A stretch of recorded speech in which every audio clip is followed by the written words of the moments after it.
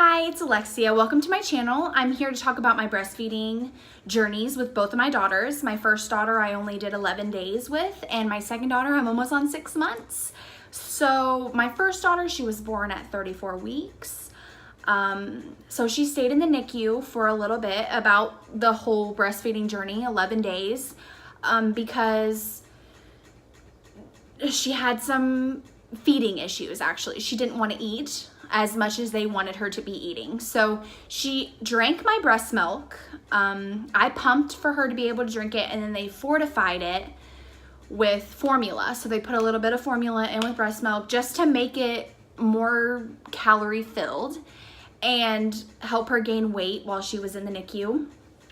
And I pumped as much as I could when she wasn't home. It was easier to pump every 3 hours. When she wasn't home, or when I was sitting in the NICU looking at her while she was sleeping, I would pump. And it was easier that way. But when we got home, it was harder. I had a newborn, and now I need to pump every 3 hours, but I also need to feed her every 3 hours. So it was really hard for me. So in all honesty, I gave up. I started giving her formula instead of breast milk, and I just stopped pumping altogether. I regret it now, knowing how much of an awesome relationship and how amazing it makes me feel knowing that I can supply for my daughter.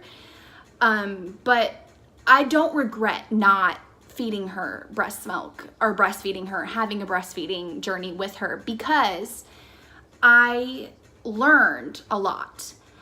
With my first daughter, she was on set schedule. She had formula every 3 hours. And I think at 3 months, she was sleeping through the night, and it was amazing. And now as a 1.5-year-old, she sleeps amazing. She's just an amazing sleeper. Now on to my 6-month-old. Well, she'll be 6 months on the 29th, but I started breastfeeding her as soon as she came out.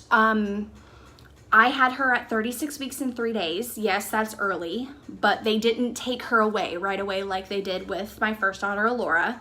So I got to actually hold her and have skin to skin as soon as she came out of my body, and we bonded like that. You know, she was on me, and then I latched her, and she fed for that. I think they gave me an hour of skin to skin with her, and she fed, and then after that, I just kept feeding her. Every time she was hungry, I would latch her on, and there was no need for me to pump and no need for them to fortify it. So our breastfeeding journey started off with success, and so it was just amazing. She is now still doing amazing. My supply hasn't tanked. I was really worried when I got birth control that my supply would go down. That's why I waited so long to get it, because I really, really, really wanted to breastfeed her until at least 6 months. And we're almost there. So it was amazing. It is amazing still. Just being able to know that I can supply her with everything that she needs to thrive is amazing. In the beginning, it was hard. It was. She had jaundice. She wasn't pooping. So they were like, you need to give her formula.